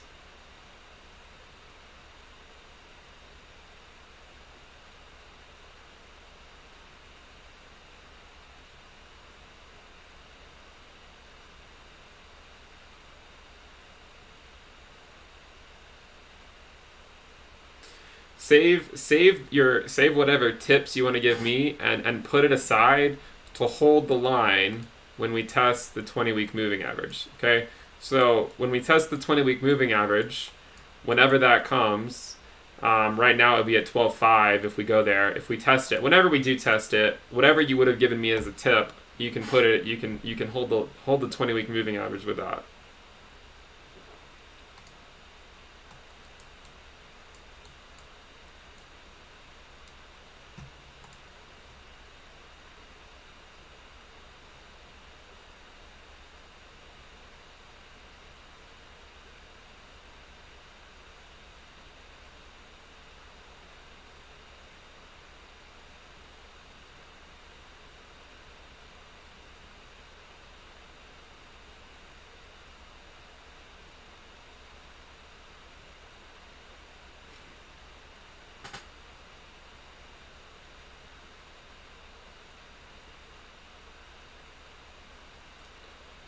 20-week SMA versus 21-week EMA. I prefer the 20-week SMA, but I mean you could argue that both have some merit, right?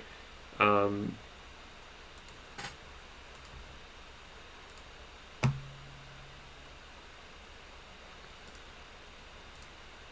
so that's why I just made this indicator, which basically stitches both of them together. So this is our Bitcoin bull market support band, right? This is what we held as support during the bull market. This band that you see. So if we fail to, and it holds resistance in a bear market. So we want to hold this as support. So this is what I'm talking about. This is what we want to hold as support if we fall there.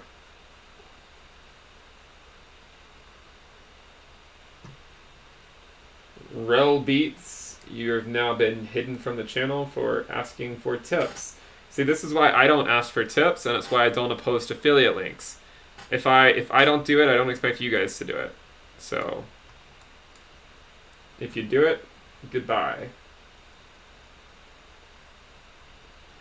No, this is not that cloud. It's literally just the 20-week moving average and the 21-week EMA, and I just color coded the region in between them. It's not any fancier than that. That's all it is.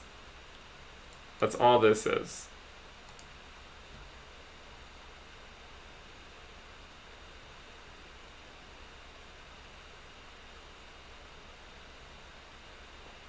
So I will tell you guys one thing to think about. Okay, think about this. So you know how everyone here is saying like, oh, this is a normal correction and it's healthy for the market, and I would agree with you.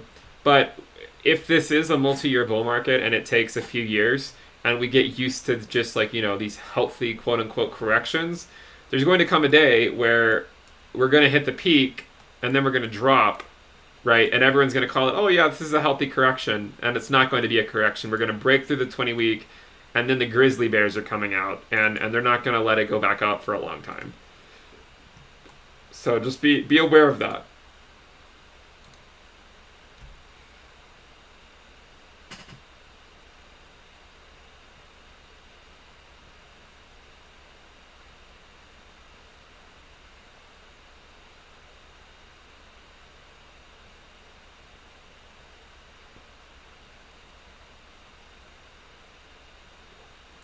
I would wait. I mean, I keep my own personal stuff for the premium list, but I would wait as I did a video on the risk levels like yesterday. So if you haven't seen that, it's called like Bitcoin risk, like timing entries and exits from the market. So go ahead and stop the live stream if you haven't seen that video and go watch that video. So I would wait until the risk level is below 0.5.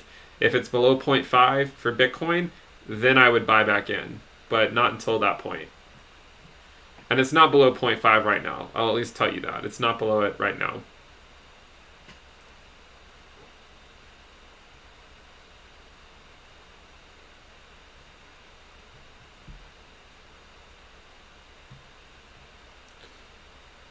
The indicate, you just have to pull out Pine script, right? It's just the Pine editor down here, and you can code the stuff in. This is nothing fancy. It's literally just the 20-week moving average and the 21-week EMA.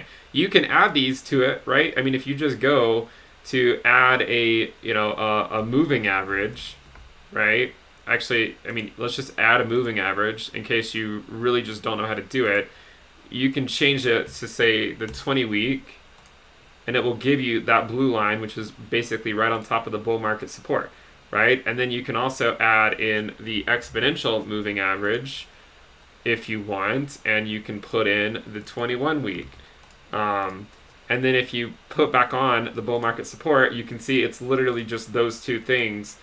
And I'm color coding the region between them, and I'm highlighting vertically where they cross. So that's all it is. I'm highlighting where they cross, and I'm just color coding the region in between them. So you can easily pull this up. You don't need to code it really. Just pull up the 20-week SMA and the 21-week EMA, and then you can go back and see how this was our support line during the bull market. But we're going to take those off since we can just pull up our support band.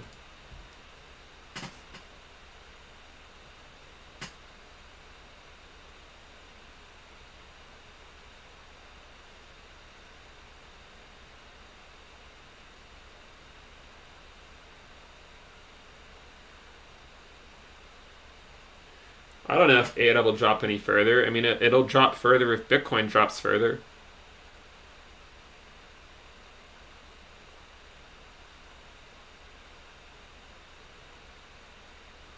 Someone says you don't need college, just YouTube. I would not recommend that. I went to college and I went to graduate school. I personally think college is a good thing, but it's not for everyone, of course. Yeah, the risk level is updated daily and available to subscribers. You can find the quantitative versions. Honestly, I would give you guys a sneak peek by clicking on the tab, but the problem is that then you could just copy the link and then it would basically crash it because everyone would go there probably and then crash it. So I'm not going to, but maybe on a stream in the future I'll have like a backup one so that I can just show you guys what it looks like.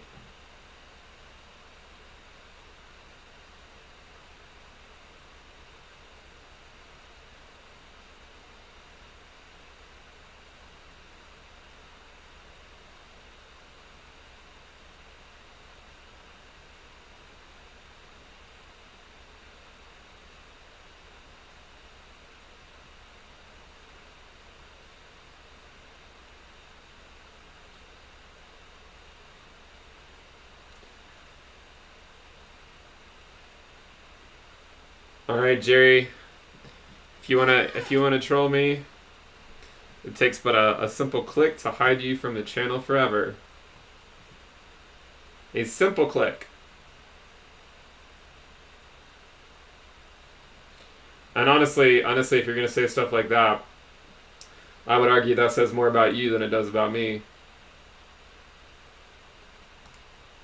So goodbye, Jerry.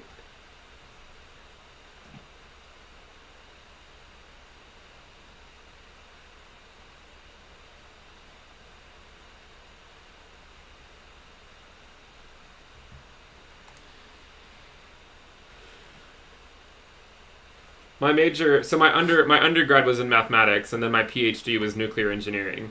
So it was STEM, of course, but my master's and PhD were nuclear engineering.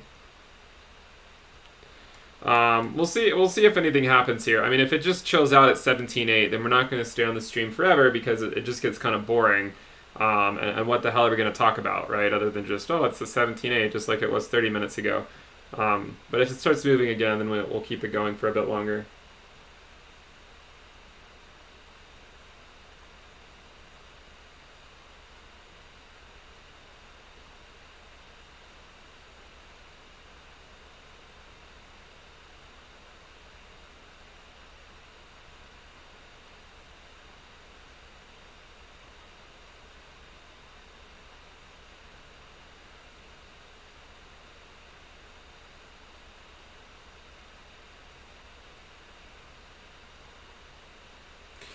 I sold, so my last Bitcoin sell was at 18.9, and I sold it into altcoins. That was my last sell, or sorry, into stablecoins.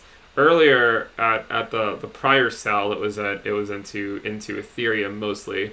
The last one was at 18.9 that went into stablecoins.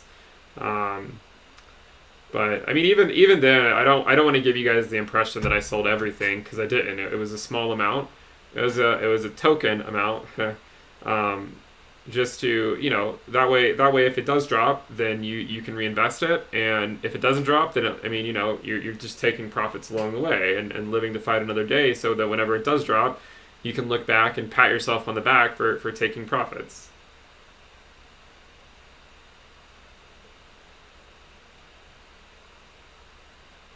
Someone says at their university they have an elective credit crypto class. That's pretty cool.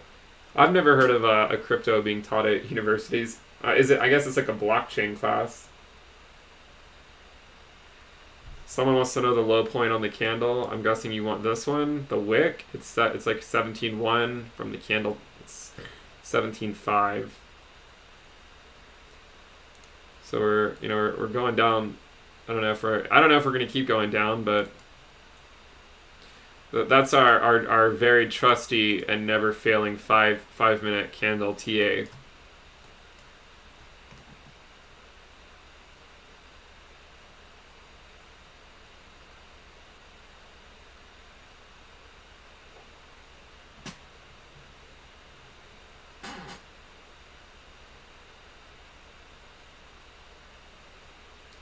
All right, Chris is back. We can continue the live stream.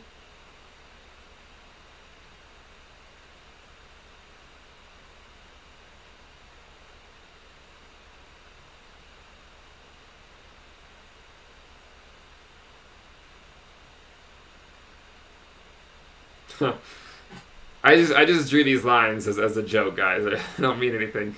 But someone said 10 minutes till decision time. Maybe decision time's back up. I will see. Oh, there's the squeaky chair again.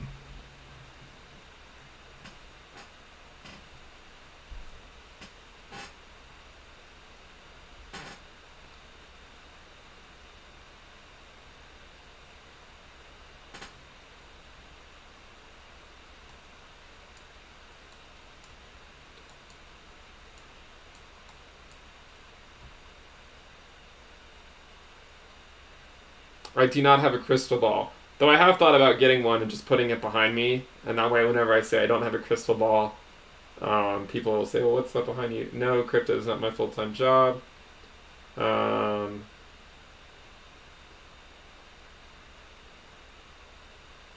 When's the meetup? I actually think it'd be pretty cool to do a meetup in a few years post-pandemic. So we'll do an into the Cryptoverse meetup somewhere in the United States. Probably on the East Coast.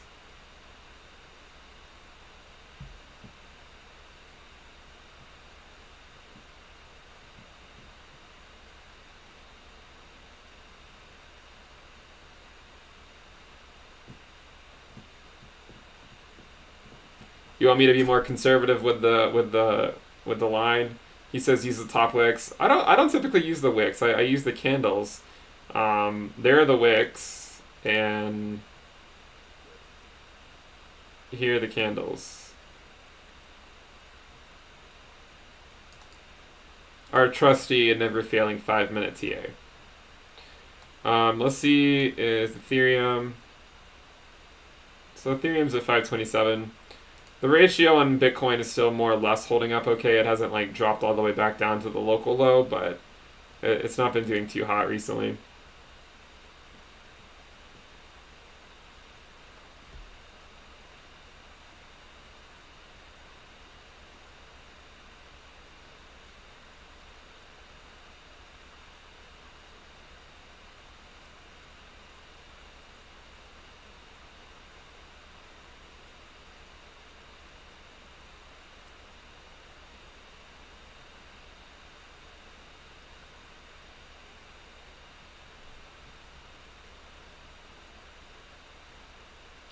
Man, these 5-minute candles just take forever.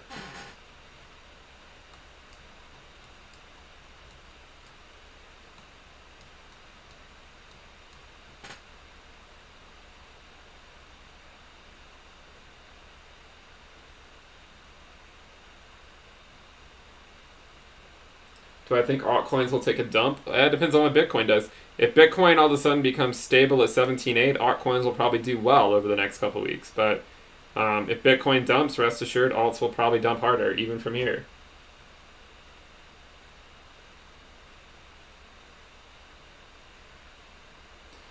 The 15-minute chart would be like an eternity.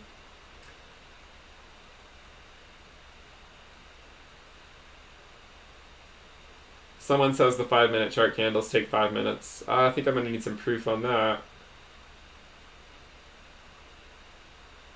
I did not go live before the dump. I came on after the dump started. In fact, I published a video warning about an upcoming potential correction, which I don't think this is what I'm talking about yet, but at 18.9 or so earlier today. But this is still, even what Bitcoin's currently doing is still pretty normal. We'll see if we come back up or if we head back down.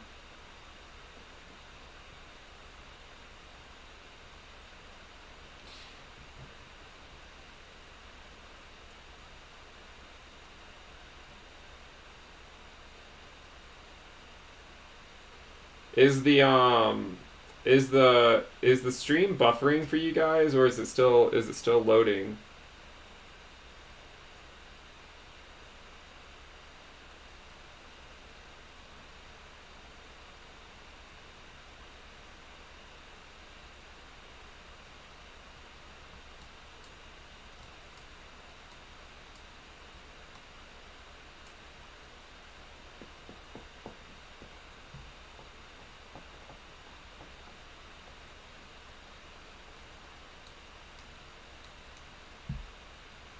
Well, we finally finished that 5-minute candle. I don't think trading 5-minute candles is smart, just for the record. Some people, I keep seeing people say the 1 minute. I don't know if I've ever pulled up a 1-minute candle on the stream. I don't even know why this isn't even loading, so I don't know why.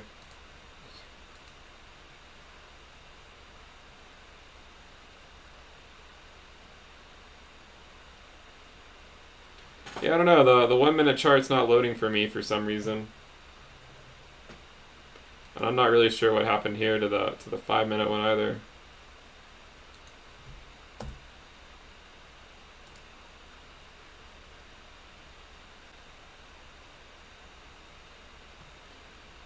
I don't know. Is it back?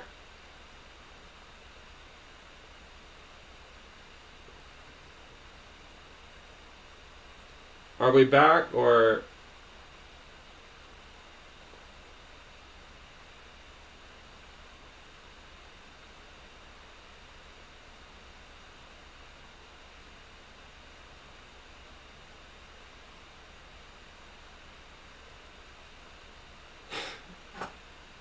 Thank you for jumping back into the cryptoverse.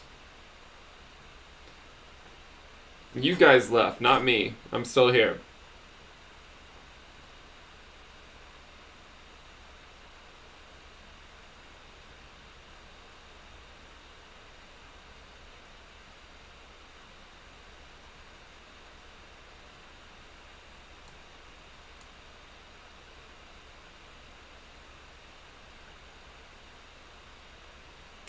Man, talk about a breakout for the ages. We're pushing 1%. We're pushing 1.2% over the last 20 minutes or so.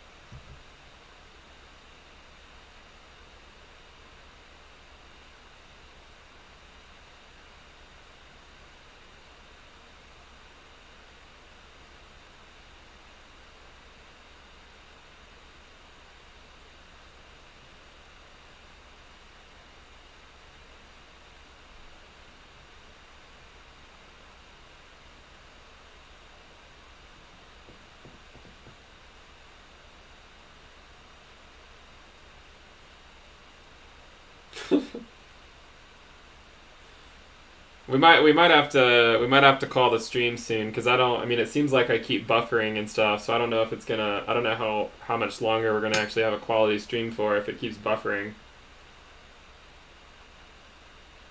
If you guys are new to the stream and new to the channel, remember to subscribe to the channel and give the video a thumbs up. Maybe we'll get to 1,500 likes. Make sure you subscribe at the very least. We're getting close to we're at 57,500 subscribers. Maybe we can get to 58,000.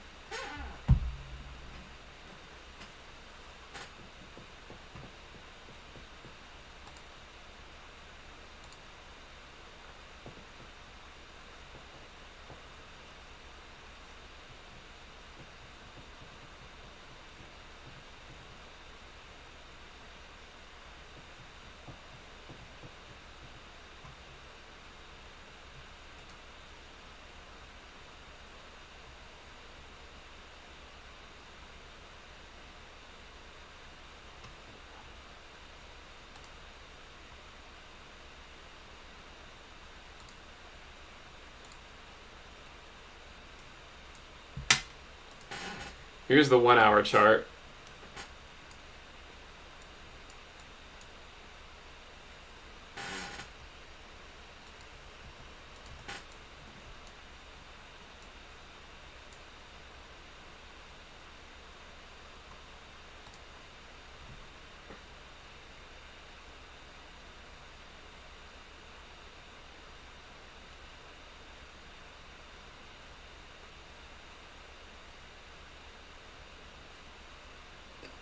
I don't really know what else to talk about. I mean, normally I cut the streams at 2 hours, and we're approaching 2 hours, so I'm just not really sure what else to talk about. We've kind of run the gamut here on Bitcoin and talking about the bull market support, where we are, the fact that this really is not yet a nasty correction. It's more or less just a 10% pullback so far for Bitcoin. A nasty correction would take us back to the 20-week, and that's still like $5,000 away.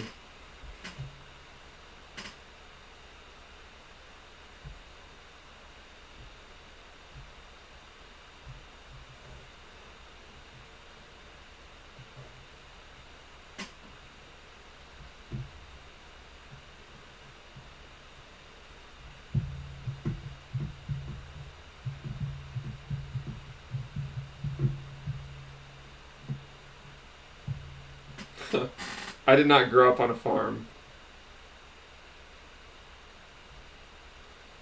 I just stick to my own stuff. I don't really watch any. It's not that I don't like anyone else. I just don't have time to watch other channels anymore.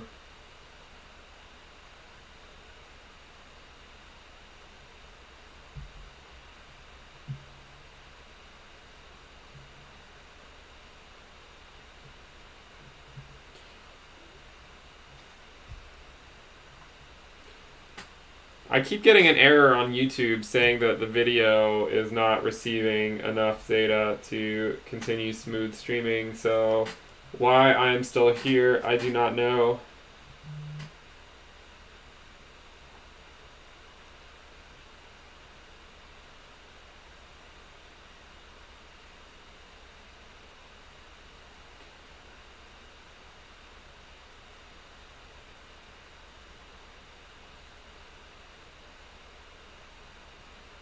I mean, is anyone actually able... I guess you guys can hear me? I don't really know.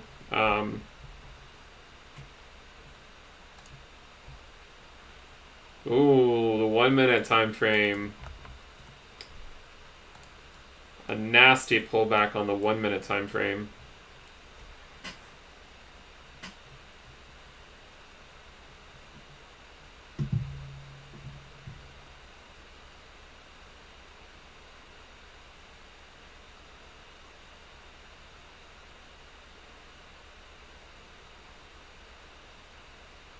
I did not grow up on a farm.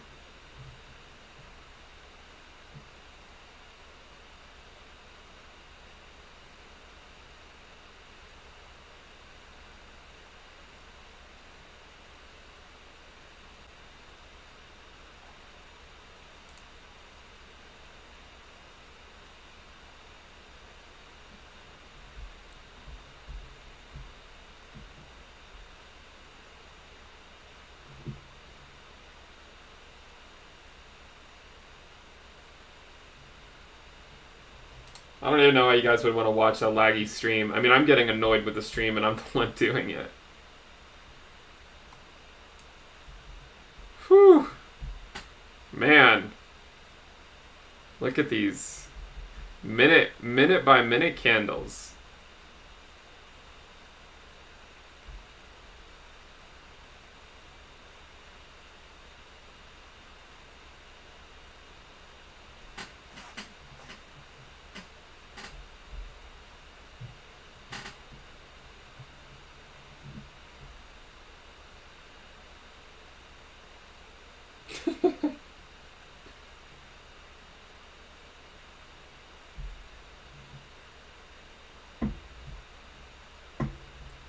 If the price starts moving, then I'll stay on a little bit longer, but it's kind of boring to just watch the price not do anything.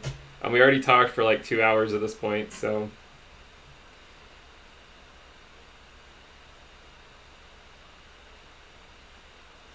Yeah, I guess the internet's bad because the farm doesn't have that great of an internet connection.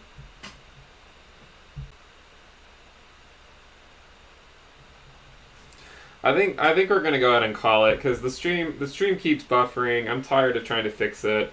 I mean, look at this amazing breakout candle back up on the 1 minute chart. I think we should call it here because it's starting to get pretty laggy. I don't know what's going on, but we're almost at the 2 hour mark. So remember, if you guys like the content, to subscribe to the channel and give the video a thumbs up. I will remind you we have a Telegram channel, so if you guys want to go chat in the Telegram channel, I'll post it in the chat so you guys can check that out. We have the premium list, the Black Friday sale going on for about 8 more days, so check that out if you guys want access to the weekly reports, the weekly videos, the alerts channel, the Telegram chat room, the risk dashboard, the dynamic DCA dashboard, and then some of these trading view indicators that we've talked about. So with that said, make sure you guys give the video a thumbs up.